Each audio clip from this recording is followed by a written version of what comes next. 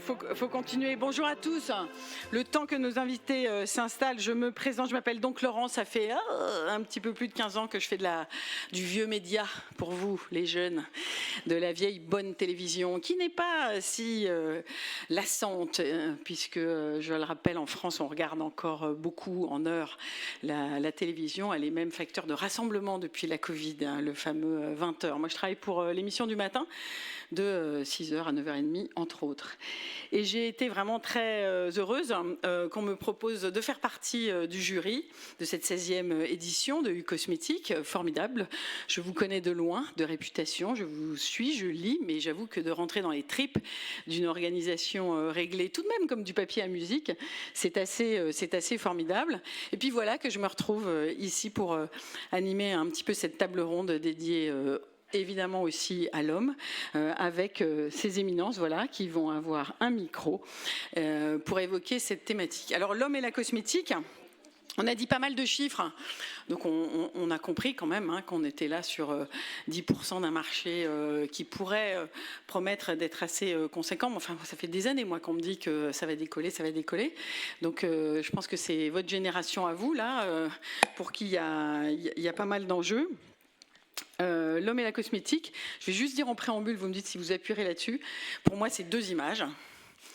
La première, c'est un monsieur assez costaud, parce que dans ce métier qu'est la télévision, les caméras, elles pèsent assez lourd, et donc ça donne des cadreurs qui ont besoin d'être assez costauds. Et souvent, dans l'univers du cadreur, je dis ça en tendresse, c'est des gars, voilà, super, qui sont souvent tatoués. Et qui me regardent, moi la petite chroniqueuse surmaquillée qui arrive pour parler à la télévision avec gentillesse et qui me filme. Bon, enfin mes histoires de cosmétiques, quand même. Oui, voilà. Seulement voilà, avec le temps, vous savez quoi, grâce à cette cosmétique homme, je les ai eus. Enfin, je vous assure, dans tout bien, tout honneur. C'est-à-dire que maintenant, quand je passe derrière la caméra et que je vais m'installer sur le plateau, il y en a qui font ça. Pourquoi ? Parce qu'un jour, j'ai pu leur conseiller. Alors ça s'appelait Dermink, ça n'existe plus malheureusement parce que ça arrive aussi dans les aventures cosmétiques. C'est une petite gamme formidable qui avait... oui, Jean-Claude Joly, formidable quand même, ouais, n'est-ce pas ? J'ai la validation, formidable, qui avait pour idée, entre autres, non seulement de remplacer le fameux Bepanthen qu'on met juste après avoir fait un tatouage, ça vous parle quand même à vous, génération quand même, le tatouage. Donc non seulement elle avait imaginé la crème Bepanthen-like, mais elle avait aussi imaginé une sorte de shampoing savon pour nettoyer son tatouage et raviver ses couleurs. Et moi, mes cadreurs, ils m'en font « Hey !» Ça marche, j'ai retrouvé des couleurs. Et puis derrière, petit à petit, il y a, mais alors au fait, t'as l'air de t'y connaître, t'as pas un truc, parce que ça sent bon, dis donc, ce que tu nous as donné d'autre. Tu nous as donné un petit gel douche, puis tu nous as donné un petit shampoing, un truc solide, et puis des crèmes. Et petit à petit, nous sommes entrés en conversation. Comme quoi, oui, ça fait rire au début, mais c'est là que j'ai commencé à voir que le champ lexical était important. Et que l'homme n'est vraiment pas une femme comme une autre. C'est vraiment assez génial. Alors nous, on a des gestes qu'on nous apprend, ça nous semble un peu évident, la cosmétique, mais pour eux, c'est vrai que c'est parfois une terra incognita. Mais il suffit de trouver aussi les mots, et puis les bonnes formulations, et puis les bonnes manières d'emballer les choses. Et j'en arrive à ma deuxième image, j'aurais terminé, mais je fais ma petite introduction de journaliste qui anime une table ronde. La deuxième image... c'est un monsieur qui avait, je vais synthétiser, mais qui avait 7 salons de coiffure pour femmes et 2 pour hommes. Maintenant, c'est l'inverse, il en a 7 pour hommes et 2 pour femmes. Et je lui dis, mais comment tu fais pour arriver à vraiment ? Il dit, d'abord, moi, mes coiffeurs, évidemment, ils ont leur diplôme, leur CAP, etc., mais je les nourris pour qu'ils puissent discuter avec les clients et faire, encore une fois, de la pédagogie. Et on ne parle pas uniquement coiffure, on parle peau, on parle bouton, maintenant on parle scalp, etc. Et son analyse, et c'est pour ça que je la lui rends à cet Adrien qui dirige la chaîne Bonhomme, c'est que votre génération, elle va vivre avec des gens, c'est un phénomène de société, qui viennent pour beaucoup, bon nombre, de couples qui se sont fracturés. Donc la génération des enfants divorcés. Ce que ma génération a moins connu. C'est-à-dire que dans ma génération, un petit garçon, il allait plus volontiers dans la salle de bain de son père, qui se rasait le matin, qui avait la serviette autour des reins et qui terminait par une bonne claque d'eau de Cologne pour mon papa, qui est mort il y a peu, c'était bien-être. Et cette génération à laquelle vous appartenez, elle ne connaît plus ça parce qu'un beau-fils ne rentre pas forcément facilement dans la salle de bain de son beau-père. Votre génération, elle vit aussi le fait qu'une belle-mère ne rentre pas forcément facilement dans la salle de bain de son beau-fils. Une mère de famille ne rentre pas forcément non plus facilement dans la salle de bain de son fils biologique parce qu'il y a la pudeur.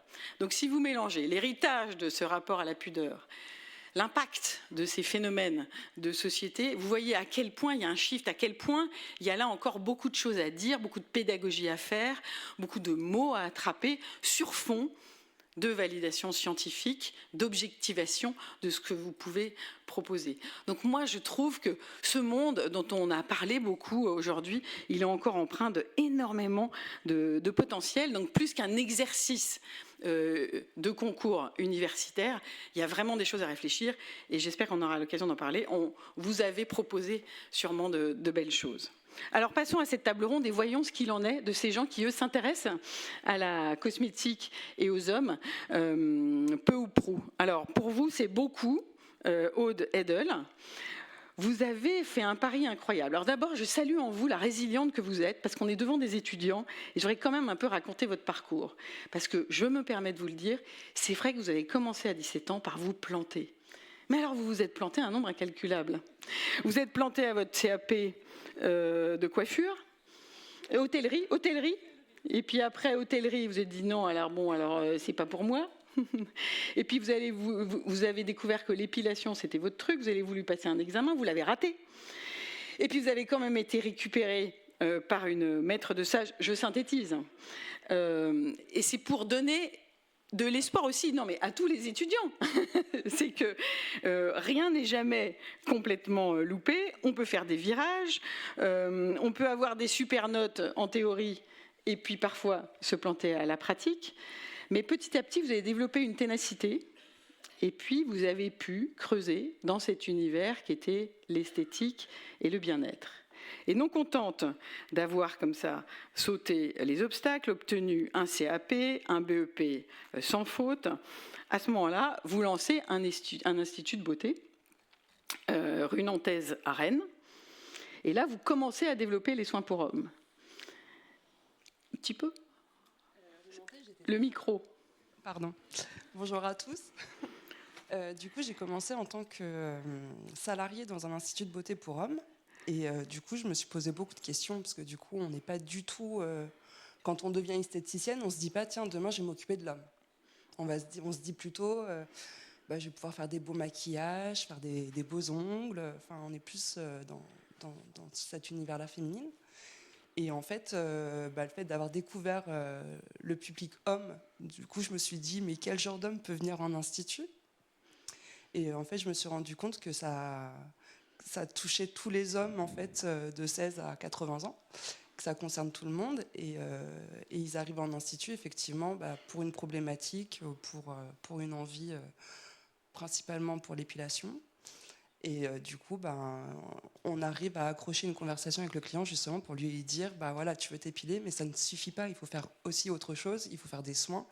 Et c'est là où on commence à rentrer, à dire que la peau, c'est une matière vivante, que on arrose ses plantes, il faut aussi hydrater sa peau. Et donc, essayer de les responsabiliser pour avoir un bon résultat et éviter le vieillissement prématuré de la peau, enfin, tous ces genres de choses. Ce qu'on voit là, ce sont des images qui sont donc prises non loin de Rennes, puisque vous êtes l'Institut Ménildi. Redites-moi l'adresse précisément. Je ne vais pas faire la fille qui sait, hein, c'est vous qui m'avez appris, alors dites-moi. Donc je suis située à un route de Donloup à Cesson-Sévigné, qui est juste collé à Rennes. Dans un institut qui fait 160 mètres carrés, on a 5 cabines, on fait des UV, on fait des épilations à la cire classique, on fait de la lumière pulsée. Là maintenant je me suis lancé un nouveau défi, je fais de l'épilation définitive poil par poil. Donc c'est des petites zones. Hein. Parce que là, du coup, je me suis attaquée à la barbe. La barbe, il y a beaucoup de poils, en fait. Et c'est très, très long. Mais j'essaye de montrer à mon client qu'il peut prendre soin de lui tout autant qu'une femme, en fait, et qu'il n'y a pas de mauvaises questions. C'est de donner l'accès à tout le monde. Je sais pas si je... Oui, c'est ça, de rendre la chose beaucoup plus accessible au plus grand nombre d'hommes. Et ça, c'est depuis 2013. 2025, 2013. Vous connaissez donc quand même ô combien votre affaire, parce que ça fait quand même 12 ans maintenant donc vous avez passé les étapes des boîtes, vous savez, 3, 7, 9, c'est les cycles de vie des entreprises où on se dit attention, ça peut être dangereux, donc 3 premières années, 7 premières années, et puis après, bon là, bravo déjà, merci. 12 ans. Et je trouve que ça résonne un peu votre expérience avec l'énergie du taureau fou de tout à l'heure, si vous permettez cette expression, Ganaëlle Bascoul, parce qu'on est là dans quelqu'un qui isole une niche, qui part d'une proposition parce qu'elle voit que c'est comme ça que ça va commencer, c'est évident, et elle l'accepte, c'est l'épilation. Donc déjà, mentalement, je trouve que c'est assez puissant, parce que moi, souvent dans le monde de l'esthétique, les filles nous disent « j'en ai marre de l'épilation, du coup je vais faire autre chose ». Mais non, elle prend acte du fait que c'est comme ça que ça peut marcher, pour ensuite, comme un pêcheur qui remonte sa ligne, petit à petit, passer à d'autres propositions et les étayer avec les choix des bons partenaires. Parce que du coup, vous n'avez pas créé votre marque. Non. Non, je laisse chacun faire son métier. Désolée, je suis perturbée, je n'ai pas l'habitude de parler devant tout le monde comme ça. Ouais, mais c'est bien, ça fait du bien. Cabine, là, je sors de ma cabine, donc là, ça fait beaucoup pour moi. Normalement, je suis plutôt... c'est vrai, oui. Ouais, mais moi, je salue l'organisation de vous avoir invité, parce que là, vous avez du terrain. Et allez, on vous applaudit un peu là pour donner l'énergie. Allez, qu'elle reprenne le souffle. Donc ça fait 12 ans. Juste pour la parenthèse, créez votre marque un jour et tout, l'idée vous effleure ou c'est vraiment un autre monde ?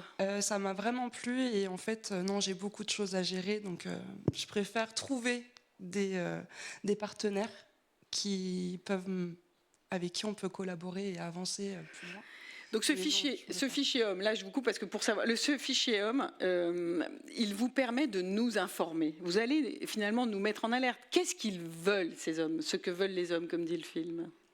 Ils veulent pas vieillir. Ah. Donc ça y est, en fait, finalement, l'homme commence à avoir les mêmes réflexions qu'une femme aujourd'hui. Donc ça, c'est intéressant. Et il a envie de prendre soin de lui. Il comprend que... ce que j'adore, c'est les sportifs, parce que les sportifs ils font beaucoup de sport. Et donc, les coureurs ne peuvent pas avoir de poils en cas de blessure. Donc là, on est sur... pour éviter, si jamais il y a une chute, pour éviter que ça s'infecte, des choses comme ça, ils ont pris conscience qu'il fallait s'épiler. L'esthétique, l'homme n'a pas la même approche qu'une femme, en fait. Il y a une nécessité et il faut le faire. Et pourquoi ? Et qu'est-ce qu'on peut faire pour que ça devienne récurrent et que ça ne devienne pas pénible ? Parce que du coup, s'épiler toutes les 5 semaines, nous les filles, excusez-moi, mais c'est chiant. Maintenant, c'est comment on crée vraiment un lien. C'est pas que je deviens, je suis une esthéticienne, mais je deviens vraiment une personne importante. Je sens que je fais partie de leur vie, en fait. C'est ça qui est vraiment intéressant. Et donc, du coup, par mes connaissances, par mon savoir, je peux leur apporter comment continuer les bienfaits de la cabine à la maison. Et c'est pas si facile que ça. J'ai beaucoup de clients qui, malheureusement, m'achètent des produits, donc tant mieux pour moi, ça me fait vivre les choses, mais qui vont me dire « Mais Aude, j'ai acheté ton produit, mais je l'ai toujours pas appliqué ». Donc, en fait, je me dis qu'il faudrait peut-être avoir un détecteur dans la salle de bain qui fait que la crème puisse sauter directement sur le visage de l'homme et qu'il puisse enfin prendre soin de lui. Maintenant, il faut réussir à trouver... Donc, j'essaye de trouver des astuces. Par exemple, c'est tout bête, mais on se lave tous les dents. Se laver les dents, moi, je suis désolée de dire ça, mais je trouve ça chiant aussi. Et on le fait. Et il y a eu vraiment une vraie prévention des dentistes, comme quoi, faut prendre soin de ses dents. Et je trouve que c'est plus facile de mettre une crème que de se laver les dents. Et donc du coup, ça y est, on commence à prendre conscience. Maintenant, les marques, je trouve, à mon goût,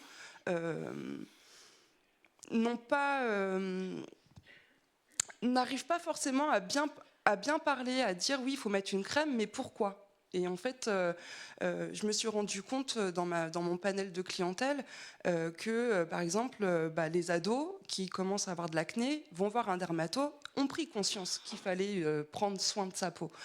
Un homme de 30-35 ans qui n'a pas eu l'éducation à la maison ou va avoir peut-être un copain qui va lui dire « Ah tiens, mais j'ai essayé une crème, c'est les discussions aussi, c'est très compliqué.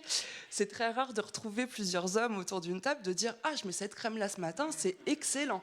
À part les gens qui travaillent dans le domaine, c'est assez compliqué. Donc c'est vrai qu'il faut aller chercher la personne, faut aller les chercher un par un, mais faut pas perdre espoir, ça fonctionne, on voit que ça évolue, donc c'est vraiment super fin. Mais ce qu'on entend dans ce que vous dites, c'est qu'il faut peut-être sortir de nos réflexes, c'est-à-dire qu'on y pense comme on y penserait pour les nanas. Alors qu'en fait, il y a vraiment manifestement toute une réécriture, réinterprétation des choses, nouvelles propositions dans la manière de dire les mots, d'expliquer les choses, d'être dans le pourquoi pour générer cette urgence, au sens cette capacité à vraiment utiliser les produits, alors même que quand on est dans un petit début de conversation, ils sont d'accord pour l'acheter. C'est vrai. Donc voilà. Donc ça pose le truc. On sent qu'il y a une envie de bien faire. Maintenant, c'est compliqué de le garder tous les jours au quotidien. En fait, c'est ça. Donc, il va y avoir des phases. Le client va prendre soin de lui pendant une petite semaine. Par exemple, pour les épilations, je conseille de faire beaucoup de gommage parce que du coup, plus on fait des gommages, plus on prépare la peau et mieux c'est pour la repousse du poil. Enfin bon, je pense que vous connaissez tout ça, donc je ne vais pas vous refaire la définition. Mais le fait de... J'arrive à le gommage corps, par exemple, j'arrive à le placer facilement pour tous les clients qui sont sportifs.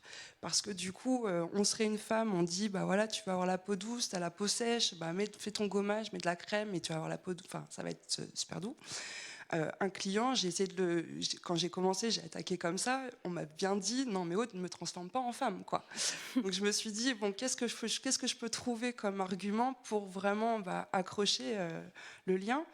Et en fait, je leur dis, voilà, le gommage, en fait, vous faites ça après votre séance de sport, vous allez voir que ça va être un soin récupérateur. Et vous allez vous faire un automassage. Et donc, du coup, tout de suite, là, la tension est beaucoup plus pertinente. Et du coup, je leur dis, voilà, c'est une continuité. Vous avez bien fait votre séance de sport, vous avez bien, tonifié vos muscles, vous avez créé de l'acide lactique. Donc, du coup, il faut détendre tout ça pour éviter les courbatures. Et donc, le gommage corps, c'est mon best-seller. Clairement, c'est celui que je vends le plus facilement, puisque, comme tout le monde vient, majoritairement viennent pour l'épilation. Du coup, c'est vrai que le gommage corps, c'est quelque chose que je vends beaucoup plus facilement avec le lait hydratant. Voilà, vous avez montré l'autre bénéfice possible, et puis même le mixte d'objectifs, puisqu'il y a et gommage et automassage, récupération, etc. Ouais. Alors, je vais vous laisser reprendre un petit peu vos esprits. Merci, vous avez déjà bien échangé, mais je pense que ça va monter petit à petit, parce que je voudrais qu'on passe à quelqu'un d'autre qui relève du terrain, qui a une expérience ô combien, ça dure depuis 2009. Donc, bravo. Félicitations à vous, Yann Morel-Lauré. Vous pilotez Estimessence, oui, que vous avez lancé avec Nathalie, votre épouse, il y a donc quand même maintenant pas mal d'années, pour une présence dans une... En fait, 15 ans cette année, oui. 15 ans et 50 boutiques. Alors non, on a 700 boutiques. 700, qu'est-ce que je dis moi? Vous avez dirigé un moment cette télé. Voilà, c'est ça, exactement. L'estimation, c'est 700 boutiques. C'est 700 boutiques en France et c'est 10 pays à l'export. Ça a 15 ans cette année, on est 25 dans l'entreprise. Une entreprise majoritairement de femmes. Il n'y a qu'un homme et moi pour représenter la jante masculine. J'ai fait même un gros effort pour embaucher un homme parce que j'adore travailler avec les femmes. Et voilà, donc moi je suis esthéticien. Alors voilà, vous adorez travailler avec les femmes. Et puis alors vous aussi, votre parcours, je l'ai trouvé quand même assez génial. Parce que c'est pas souvent quand même qu'on a, enfin en tout cas, sauf du côté de Grasse, mais un jeune garçon qui dit moi je vais être né. Voilà, moi je m'intéresse au parfum. Ouais. Non mais c'était un peu ça quand même. Oui, c'est ça. Je m'intéresse au parfum, mais je suis pas assez bon en chimie, donc je me dis je serai jamais parfumeur créateur. Et pourquoi pas l'esthétique. Et mon père est prof de mécanique auto, donc 2 salles, 2 ambiances évidemment. Mais j'ai la chance d'avoir un papa hyper compréhensif. Hyper intelligent, ouais. Génial. Qui me dit mais écoute, explique-moi pourquoi tu veux faire ce métier. Et quand j'ai fini mon laïus, il me dit mais c'est génial, si tous mes élèves en mécanique auto étaient aussi motivés que toi, je serais le prof le plus heureux du monde. Donc il m'accompagne et aujourd'hui il est actionnaire de ma boîte. Il passe tous les 2 jours voir comment ça se passe, dire bonjour aux équipes. Voilà, je l'ai toujours à côté de moi pour m'aider. J'ai cette chance. Donc vous, le terrain comme celui d'autres, vous connaissez parce que CAP, BTS d'esthétique. Animateur formateur Chez Guerlain. chez Guerlain, parce que vous avez fait un petit passage ISIPCA, Voilà. l'école exactement. créée par Monsieur Guerlain, au cas où la salle ne serait pas au courant, je pense quand même, non, c'est bon, oui. Animateur formateur qui vous enseigne quoi? Qui m'enseigne de recevoir des clientes, d'écouter, de m'occuper d'elles, et puis d'être humble, parce qu'en fait, être un homme dans un métier de femme, c'est ne pas être crédible au départ. Donc il faut être plus compétent, il faut essayer d'être plus compétent pour prouver et faire sa place.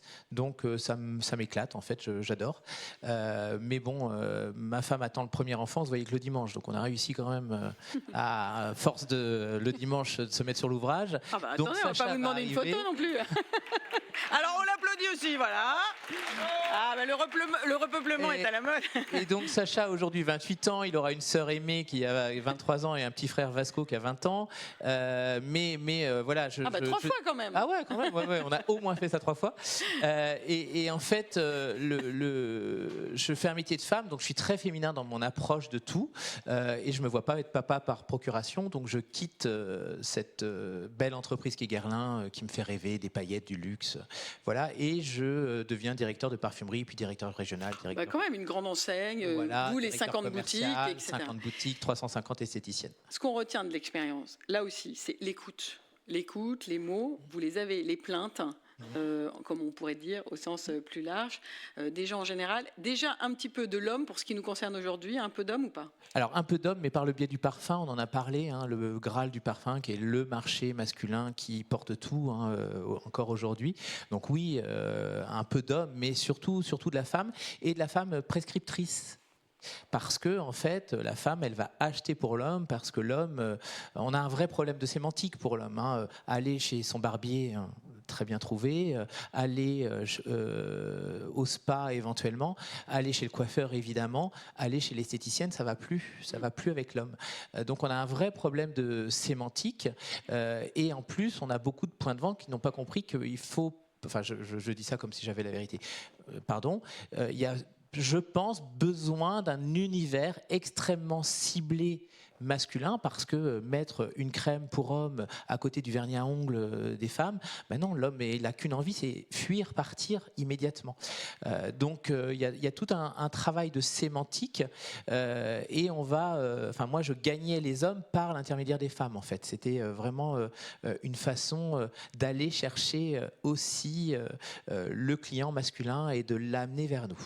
En 2009, quand avec Nathalie, votre épouse, vous décidez de vous lancer dans l'entrepreneuriat. Donc là, passer de l'autre côté du miroir, bon, dans un univers que vous connaissez, mais c'est tout de même quelque chose.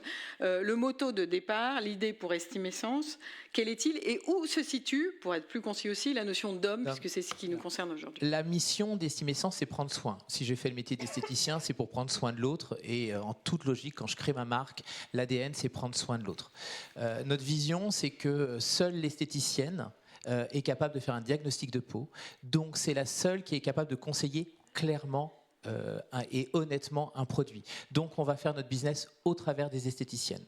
Et notre valeur, c'est le respect, c'est de ne pas raconter n'importe quoi, et c'est de penser aussi qu'on est tous beaux, et que la beauté, c'est pas de se mettre une crème, c'est pas de mettre le bon shampoing, c'est pas de, voilà, c'est simplement de se sentir bien avec soi-même, et on est tous capables.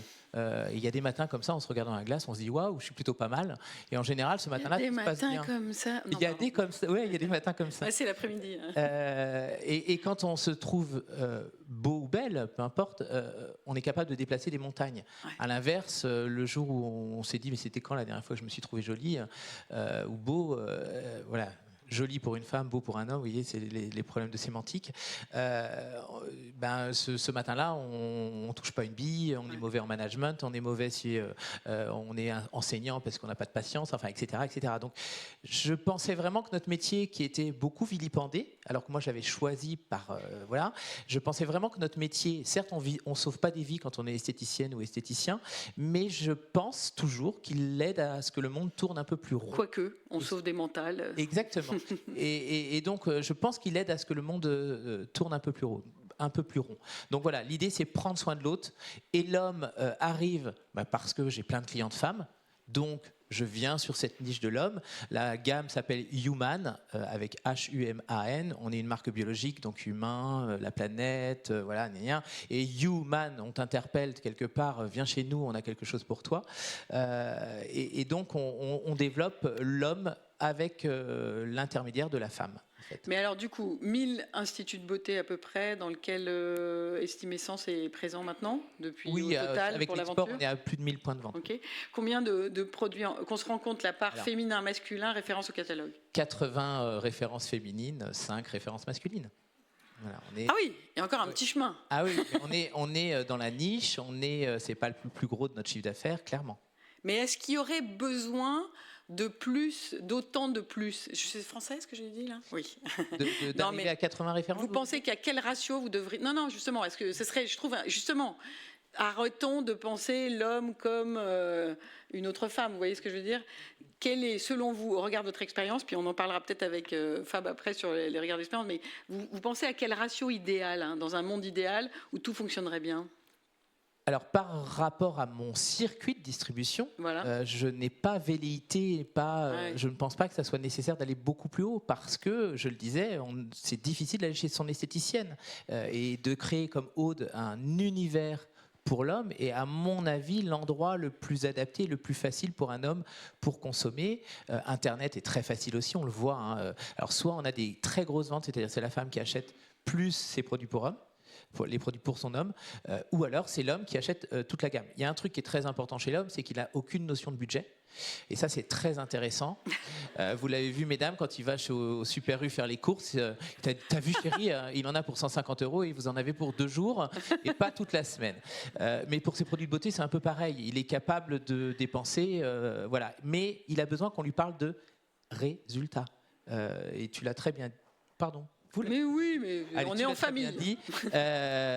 Si on lui dit qu'il va avoir la peau douce, ça lui parle pas. Si par contre on lui dit ça va permettre de, comment tu as dit, c'était très très bien. Je vais pas paraphraser, mais ça va aider à récupérer le muscle alors qu'on a voilà, fait du sport. On est dans le résultat, on est dans la mécanique, on est dans une sémantique de résultat, et c'est ça qui va permettre de vendre à un homme.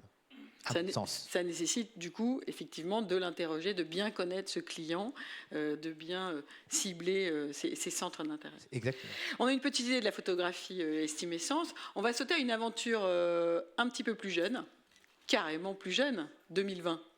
C'est vrai qu'on est déjà en 2025, Fab Arm. Alors d'abord, ce nom de marque, Botac, uniquement dédié au crâne rasé. Mais d'où vient ce mot? Et il vient d'Asie. En fait, c'est du malais. On dit pareil en indonésien bahasa. Ça veut dire le chauve. Donc moi, j'ai habité 6 ans en Asie du Sud-Est, notamment à Singapour. Et donc les gens là-bas m'ont appelé Botac. Non. Botac.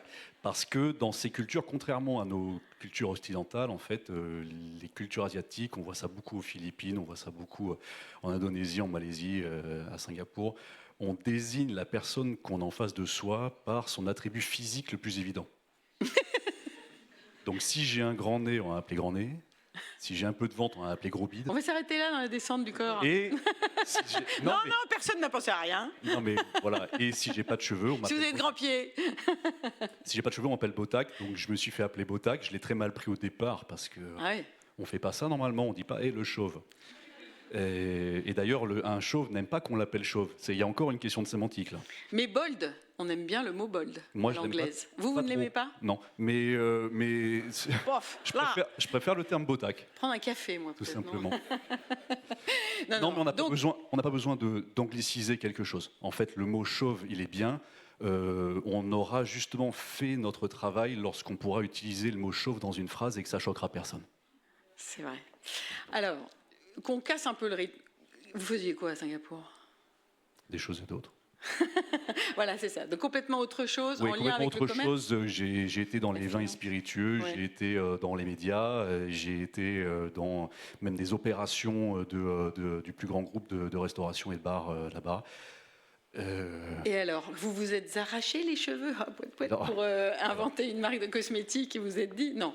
Quel a été le kick et comment on se dit? Parce que alors là niche quand même. Hein, on se dit les crânes rasés, ça va être mon truc. Oui, en fait, l'homme est déjà une niche pour la cosmétique. Ouais. Donc le crâne rasé ou chauve, qui représente donc 14% de la population masculine en France, c'est le chiffre IFOP pour Botac. C'est votre étude à vous. C'est Hein. notre étude à nous.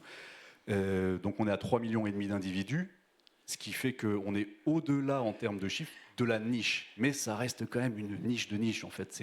Moi j'aime appeler ça un marché de spécialité, un peu plus valorisant aussi. Comment on y arrive de toute façon, c'est que moi je recherche ces produits-là, enfin je les recherchais depuis 10 ans, Ouais. et que j'en trouvais pas, ni en France ni ailleurs. Et que mes dermatos m'avaient alerté sur le fait qu'il fallait prendre soin de la peau de son crâne. Ils m'avaient alerté sur le fait que la peau du crâne est différente de celle du reste du corps, même de celle du visage.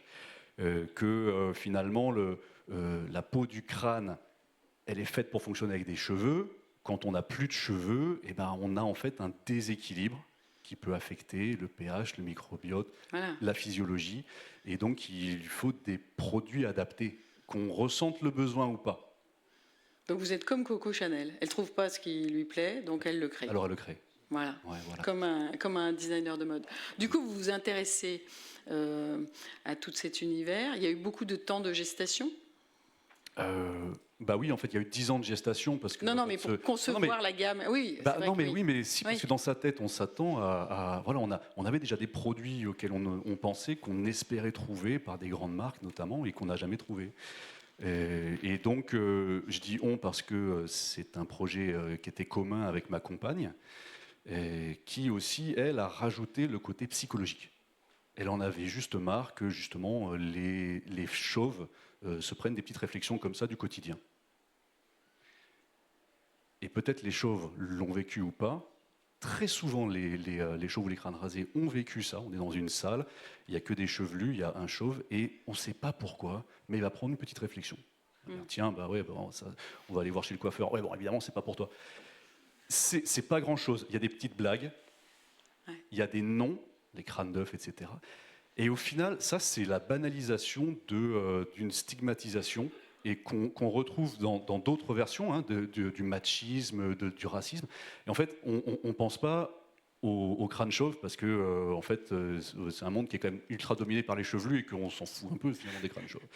Sauf que ça participe de cet esprit qu'au final, sans les cheveux, ce serait moins bien qu'avec. Et le fait de ne pas avoir de produits en marché pour combler un besoin dermocosmétique, c'est aussi ça. C'est dans un monde capitaliste fait de marques, comment est-ce qu'on peut trouver sa place si les marques ignorent nos besoins et qu'elles nous ignorent au final? Voilà, donc nous, on voulait aussi replacer le chauve dans une offre commerciale qui lui prouverait finalement qu'il existe aussi. Et puis il y a eu un baiser mondialement connu. C'est à la fin d'un match de foot. Ouais. C'est bien du foot, on est d'accord? C'est du foot, c'est la Coupe du Monde 98, et je crois que c'est au début des matchs pour se porter chance, justement. Voilà. Et ça a dédramatisé un petit peu, c'est aussi un petit peu ce qu'on fait, de la dédramatisation. Il y a des personnes qui ont tous leurs cheveux et qui préfèrent se raser le crâne par style, mais la plupart du temps, c'est en fait, on commence à perdre ses cheveux, et ensuite on arrive à se tondre ou à se raser. Ce passage-là de la perte de cheveux, la prise de conscience qu'on va, en fait, on perd quelque chose qu'on ne récupérera plus. Ça peut être traumatisant, il y a un aspect psychologique, et on essaye d'accompagner au maximum les crânes chauves ou les voilà. Et ça, vous l'avez découvert en avançant aussi, qu'il fallait vraiment, que vous pouviez foncer là dans cette brèche d'une pédagogie, d'une parole ensemble pour accompagner en lui disant ce n'est pas grave. Et moi, j'ai dans ma boîte à outils ce qui va être confortable et te rendre du coup le nouveau geste plus agréable. Oui, et tu as aussi droit à tes produits, d'autant que ça répond à un vrai besoin. Et donc, on te les met à disposition et on t'accompagne. On a monté le projet Botac autour de 4 piliers forts. La beauté, la santé, ça c'est la dermocosmétique, du coup le soin de la peau, et notamment du crâne. Et ensuite, on a 2 autres piliers qui sont tout aussi forts, qui sont le social et l'environnemental. Et le social, c'est vraiment de l'inclusion. On inclut enfin les chauves et on dédramatise du coup cette perte de cheveux qui est parfois un non-événement, mais qui est aussi parfois très très dur psychologiquement. Et le fait d'être là et de dire t'es pas tout seul, t'as tes produits et nous on est là pour t'accompagner, ça peut aussi faire la différence. En synthèse, pour concevoir cette gamme, vous y connaissez un petit peu en ingrédients, en principe actifs, vous faites Moi, comment? pas du tout. Voilà, c'est ça. Ma compagne plus, Ouais. mais du coup, on est parti de ce principe que on savait rien. Donc on a tout à apprendre. Et surtout, il faut s'entourer des bonnes personnes. Donc, on s'entoure des sachants. Le laboratoire, les dermatos, les docteurs en pharmacie.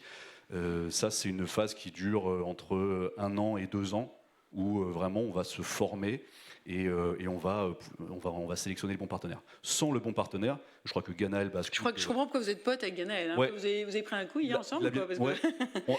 On n'a pas tout à fait les mêmes partenaires. J'aurais pu prendre les siens, je pense qu'il aurait pu prendre... Oui, mais dans l'esprit. Dans l'esprit, c'est ça. Ouais. Et il est impossible de ne pas être ami avec Ganaël Bascoul. Non, mais retenez ça, vous, jeune public. Hein. C'est des mots importants, ça, hein, de savoir comment on est ancré, soi, et pas trop imaginer qu'on va tout faire, tout machin. Il vaut mieux faire, je redis, c'est le taureau fou qui l'a dit, faire ce qu'on sait faire très bien et aller chercher les autres autour pour ce qu'ils savent aussi, eux, faire très très bien. Ouais, si je peux me permettre, je finis juste ça, c'est parfois ce que l'on voit lorsque il y a une reconversion professionnelle d'une personne qui a passé 15 ans, 20 ans, 25 ans dans une industrie, dans un secteur d'activité, qui pense bien le connaître. Et donc, il y a peut-être ce défaut de dire, en fait, moi je connais la distribution, j'y travaille, je connais la formulation de produits, je connais ça. C'est parfois un peu risqué de croire qu'on connaît les choses. Il vaut mieux à la limite se dire, ok, je fais comme si j'étais un ignare total et je réapprends de zéro. Oui. Ouais. Non, mais c'est une vraie leçon. En synthèse, en ce moment, il y a combien de produits, combien de références, qui font quoi, qui se présentent comment sur les tubes? Cette référence, on sort un produit seulement lorsqu'il y a un véritable besoin. À l'opposé de certaines marques de cosmétiques qui, au contraire, créent de la croissance par la multiplication des produits sur les marchés. Et donc nettoyant, équilibrant, crème hydratante, apaisante, régénérante. Ça, c'est les 2 essentiels du quotidien, évidemment. Et je crois que j'en ai mis à disposition pour une équipe gagnante, sous forme de coffret aussi. Donc on peut offrir cette routine quotidienne à son papa, à son fils, à son petit-fils, à son beau-frère. Voilà. Ensuite, on a un exfoliant qui va du coup compléter la routine pour une routine hebdomadaire, parce que l'exfoliation, c'est plutôt 1 fois par semaine. On a un gel de rasage ultra technique, gel transparent. On a 2 crèmes solaires, une SPF 30 et une SPF 50, une SPF 30 sans parfum et une SPF 50 qui sent bon les vacances, pour 2 types d'utilisation un peu différentes. On a l'utilisation urbaine un peu tous les jours avec la SPF 30, et c'est aussi pour les phototypes 4 à 6, donc les peaux vraiment très foncées. Et puis on a pour les phototypes 1 à 3 la SPF 50. Et on avait déjà lancé une crème solaire sans parfum. On nous avait reproché justement que c'est dommage. C'est un peu dommage. On est sur la plage, on est en vacances et en fait, la crème solaire qui sent rien, c'est un peu. Et moi, je vous invite à aller regarder les nouveaux packs. Oui. Parce que franchement, on a un peu parlé, pas mal aussi, de packs et de mise en scène aujourd'hui. Sur Botac maintenant, on pourrait croire que c'est un jeu de peinture et d'essuyer de peinture très joli. Mais en fait, c'est complètement en lien avec le geste. Et c'est vrai, et ça, je trouve ça génial d'avoir réconcilié ça. Le geste du mec qui est chauve, qui se met de la crème, il fait comme ça. Et il fait pas comme ça. Enfin, peut-être pas. Oui, c'est ça. En fait, en termes de crème hydratante, l'application, toutes les personnes qui mettent une crème hydratante font ce geste-là. Voilà, et puis ensuite ça. Nous, les chauves, on est les seuls, donc c'est vraiment un côté unique qu'on voulait faire ressortir, on est les seuls à faire ce geste-là, un peu en circulaire, quand on applique une crème hydratante. Et par rapport aux anciens packs, qui étaient noirs, qui étaient très relativement mecs et austères, et on comprenait pas très bien en fait. Là, on a mis le contour d'un crâne rasé pour qu'on puisse voir, voilà, de quoi on parle. Visuel de quoi on parle. Et on a ces gestes, cette représentation graphique des gestes qui sont uniques, un côté unique. On est les seuls à faire ce qu'on fait. Et vous devenez universel parce qu'il y a l'alopécie féminine, Et on devient parce qu'il y a universel. les pelades, il y a aussi le cancer du sein. On en a, enfin les cancers, les traitements de chimiothérapie, on l'a évoqué cet après-midi pour Oui, un c'est exercice de style. Tout à fait, c'est une gamme non genrée et on s'adresse aux hommes, aux femmes pour les mêmes problématiques. Et le fait d'avoir des packaging tout noirs et un peu masculins, ça ne correspondait pas à notre ADN, donc on les a mis plutôt blancs. Savoir s'entourer des bonnes personnes et des gens qui vous aiguillent. Je crois que ça vous concerne un peu. Il se dit, ah ouais, ça y est, maintenant c'est moi. Ben oui, Vincent Briffaut, c'est vous, directeur des ventes chez Mibel Biochemistry. Vous connaissez ce monsieur ? Ah, voilà, c'est ça que j'ai trouvé génial. Moi, j'ai appris ça. Et moi, je vous félicite parce que je trouve ça génial de voir que Vincent, il vient vous voir, vous, les étudiants. Il m'a expliqué ça hier soir au dîner, dans différents campus. Et voilà, et il prend sur son temps de boulot, parce que c'est pas du tout conditionné. Il pourrait très bien ne pas le faire pour vous renseigner, pour vous raconter ce que peut être un industriel qui fabrique des choses de la manière la plus vertueuse possible. Oui, parce qu'on a recours à plusieurs types de technologies chez nous, chez Mibel Biochemistry. Oui, la matière la plus vertueuse, comme le sont aujourd'hui la plupart des valeurs dans la cosmétique. On est fournisseurs de matières premières, donc on n'intervient pas dans la création d'un produit fini. On n'intervient pas dans le discours, dans le package marketing. Mais on va apporter des éléments qui correspondent aux attentes du marché et aux attentes des besoins des marques telles qu'elles vont être exprimées. Donc l'aspect le plus vertueux va suivre aussi la tendance attendue de la part des marques. Oui. Alors, merci beaucoup d'être ici, parce que vous remplacez au pied levé Jean-Guillaume Journeau pour Lipoïd, mais on aurait pu vous poser la question à tous les deux. Est-ce qu'il y a un genre dans les actifs ? Non, de fait, non. De fait, non. En tout cas, sur le papier, sur un catalogue, non. Mais dans la tête des commanditaires ? Bien sûr, complètement. Et voilà. Parce qu'en fait, moi j'ai un peu tendance à résumer l'homme, c'est une histoire de poils, c'est-à-dire de la barbe et de la chute de cheveux. Quand on travaille sur les actifs cosmétiques, c'est principalement de la barbe, ça va être de l'après-rasage, ça va être des boosters de croissance de pilosité pour la barbe, ça va être des actifs qui vont limiter la chute de cheveux. Et lorsqu'on va travailler sur du végétal, on va attendre des plantes avec des images d'énergisation, hyper dynamique. Si c'est mec, c'est ginseng, quoi. Ouais, c'est ginseng, c'est cactus. Alors je vais pas tirer dessus parce qu'on en. Non, mais on n'est pas. Non. Mais oui, c'est ça. Il ne s'agit pas de dire que c'est mauvais. Il s'agit de dire qu'il faut se rendre compte, puisque vous étudiez là, vous serez futur commanditaire, qu'il faut sortir de la boîte de temps en temps, de ces réflexes conditionnés. Vous en avez été au début, Fabar, vous l'avez dit, c'est pour mec, donc c'est noir, donc c'est black, voilà, très mec. Vous me dites du côté du principe actif, voilà, en rendez-vous, au brief, il y a déjà un peu des freins, il y a déjà un peu un carcan. Oui. Ouais, complètement. On va pas sortir très objectivement, on va pas sortir sur des petites fleurs lorsqu'on va travailler sur des produits hommes. Alors qu'on a des matières qui sont magnifiquement objectivées, je t'en parlerai, sur le soin du cuir chevelu masculin, mais qui sont associées à des plantes de montagne, des fleurs de montagne. On ne va pas les sortir spontanément comme ça pour des produits hommes. On va aller chercher éventuellement des plantes extrémophiles, des bactéries qui se développent dans des glaciers, des algues qui se développent dans des glaciers, des choses qui vont avoir cette image un petit peu extrême, parce que dans l'imaginaire collectif, j'en suis la preuve absolue, on aime faire des choses extrêmes. Ouais, c'est ça qu'il faut, quoi. C'est pas du tout mon style. Mais c'est l'image qui est véhiculée. Donc les plantes, les matières premières qui sont véhiculées doivent reproduire cet imaginaire-là. En tout cas, sur les produits cosmétiques masculins.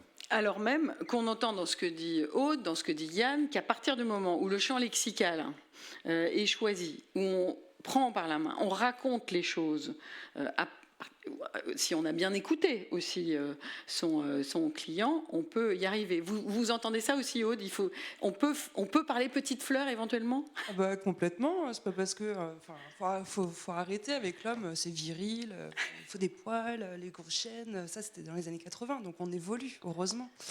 Mais enfin, le fait que j'ai un institut de beauté pour hommes, donc la vente produit fait partie de mon chiffre d'affaires. Il faut bien se rendre à l'évidence que 5 produits de la marque, c'est compliqué je réponds pas forcément à toutes les problématiques que mes clients ont. Donc du coup, moi je suis partie sur le fait, je prends des produits féminins que je vais adapter à mon client en lui disant voilà, ça a été pensé pour la femme parce qu'on va retrouver un côté floral, et là je vais avoir mon client qui va me dire ah mais j'adore cette senteur. En fait on se met des freins tout seul pour pas grand chose. Après il faut bien cibler, c'est vrai, là, en tout cas toute la journée j'ai pris conscience en fait que les hommes apprécient le frais. Et je ne l'ai pas forcément ressenti comme ça depuis. Voilà, ça fait maintenant 15 ans que je travaille avec les clients. Je ne m'étais pas rendu compte à ce point-là. Après, je travaille avec la marque Yonka. Donc, Yonka, c'est une marque à base d'huile essentielle. Donc, c'est très odorant. Ça ne plaît pas à tout le monde. Et du coup, pour ne pas avoir de parfum, justement, je suis partie sur le laboratoire Ericsson. Après, je suis ouverte à plein d'autres marques. Il n'y a pas de souci. Après, c'est ça qui est compliqué en fait aujourd'hui. C'est vrai que il y a tellement de possibilités. Maintenant, on réduit. Et moi, ma problématique, en tout cas dans les produits, c'est que je peux être fan d'une marque quelconque. Maintenant, ce que je veux, c'est avoir mes produits en cabine. Et ça, c'est un vrai problème. Parce que du coup, quand on développe une marque masculine, on va vendre que du produit quotidien et pas forcément en institut. Et c'est là où je suis un petit peu bloquée dans mes choix, dans mes propositions que je pourrais faire. Alors, Fab, peut-être un jour la cabine ? Ben oui, complètement. Non, mais c'est vrai, on va pas trahir de secret, mais on en a un petit peu parlé avec Aude, justement, en préambule. Et on a, pour une utilisation quotidienne à la maison, une crème hydratante qui s'applique très rapidement, qui pénètre très rapidement, qui laisse pas de gras, qui est pas sèche, etc. Donc c'est pas la meilleure crème pour faire, par exemple, un massage du crâne. Clairement pas. Parce qu'une fois que voilà, on l'a appliqué, au bout de quelques secondes, ça y est, ça a pénétré. Donc oui, le développement de produits spécifiques pour institut, ça peut être une piste. Il y a tellement de pistes de développement. Autre piste, je vais sauter du coq à l'âne, ça sera pour vous, Yann. Fidéliser les clients avec une expérience sur 1000 pas de porte, etc. C'est aussi beaucoup une question de gros sous, d'offres. Est-ce que ça marche mieux avec les hommes de ce point de vue-là, ou finalement ça fait partie aussi des idées reçues ? Non, je pense que l'homme va être fidèle à partir du moment où on lui a apporté la réponse. C'est plus le professionnalisme qui va l'efficacité. Je reviens encore. Et le device, l'IA, tous les trucs techno. Oui, alors ça. Mais oui, il peut aller vers la machine, vers la technologie, vers le produit ultra charté, actif. On peut l'amener où on veut. L'homme va écouter souvent. En partant du principe que je ne sais pas, elle sait ou il sait, et je vais faire ce qu'on me dit. Donc non, c'est assez fidèle un homme. C'est plus fidèle qu'une femme pour les cosmétiques. Quelle info! Alors, ce sera l'info de l'après-midi. Je vais diminuer. Oui, non, mais on prend. C'est un homme ou pour le commerce en général. Je peux vous est assez fidèle. Non, vous êtes trop jeune pour comprendre tout. Non, mais vous avez saisi un peu le propos. Alors, on a dit avec l'organisation qu'à 45, on allait passer à la remise des prix. Donc, je vais tenir le temps. Ça fait partie de mon métier. Il est 43, n'est-ce pas, mesdames ? Vous avez donc 2 minutes 30 pour poser des questions. Les mains se lèvent. Vous voulez poser des questions à l'Assemblée ou pas ? Juste avant la remise, pas de questions, soit on a été vous dormiez, ou soit on a été passionnant et il n'y a plus rien à dire. Oula, attention, une question à ma gauche. Non, c'était une question ?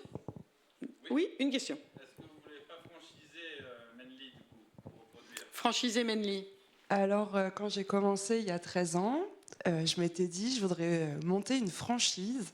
Et mon rêve, c'était de mettre un institut, d'installer un institut au Japon. Pourquoi ? Je ne sais pas, parce que je sais que les Japonais sont hyper fans des Français.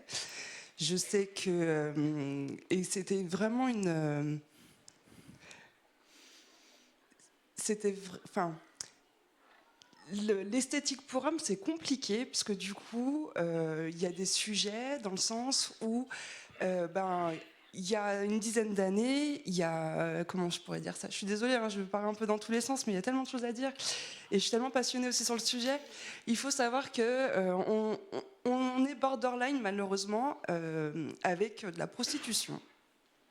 Et donc, le fait de pouvoir mettre un manly au Japon, c'était une fierté pour moi de me dire j'ai réussi à dissocier l'esthétique de la prostitution et qu'on a une valeur ajoutée. Et aujourd'hui, je suis fière d'être esthéticienne pour hommes parce que du coup, je mets mes consoeurs féminines, entre guillemets, de côté, qui se bataillent dans plusieurs sujets, parce que, bon, je vais passer ce détail-là, mais en fait, oui, j'aimerais pouvoir franchiser mon concept. Maintenant, le fait d'avoir goûté au management, je peux vous assurer que je n'ai plus envie. Ou à moins de trouver des personnes qui peuvent m'accompagner dans le management. Mais oui, j'aimerais pouvoir mettre un manly dans chaque ville. Moi, j'avais dit à mes clients, voilà, si j'en ouvre un deuxième, donc j'ai eu l'occasion d'ouvrir un deuxième, donc si j'avais l'occasion d'ouvrir un troisième, j'irai à Saint-Brieuc. Et là, mes clients me disent, mais quoi Saint-Brieuc ? Mais t'es folle, il n'y a rien là-bas. Il y a des hommes. Il y a des hommes. Partout, il y a des hommes, j'ai envie d'être là aussi. Pareil, je suis désolée, j'ai le même discours. Mais il y a vraiment, il y a quelque chose à faire. Je pense qu'il faut qu'on arrête de... comment on pourrait dire ça ? Démocratiser ? Démocratiser, il faut dégenrer. Je pense qu'il faut vraiment dégenrer. Il faut arrêter de dire ce produit-là, il est pour la femme et ce produit-là, il est pour les hommes. Je pense qu'il faut casser ça et il faut dire, voilà, t'as un être humain, t'as une peau, il faut en prendre soin et voilà les outils pour y arriver. Alors, voilà. Vous sautez à ce qui allait être ma dernière question pour vous, c'est faut-il dégenrer finalement la cosmétique ? Parce que Bottag, vous partez de manière très genrée et finalement vous arrivez à un tube blanc avec ce jeu artistique que je trouve, moi, très ou homme ou femme, on ne sait pas, et même votre compagne met votre crème hydratante, je livre ce secret. Voilà. Donc, en 3 secondes, faut-il dégenrer ? Yann, faut-il dégenrer ? Aude et ensuite Vincent. Ah oui, mais 3 secondes. Hein. 3 secondes. Il se dit, bon, alors attends, je m'appelle Bottag. Bien sûr, nous, on n'a jamais été genrés véritablement. Ouais, c'est ça.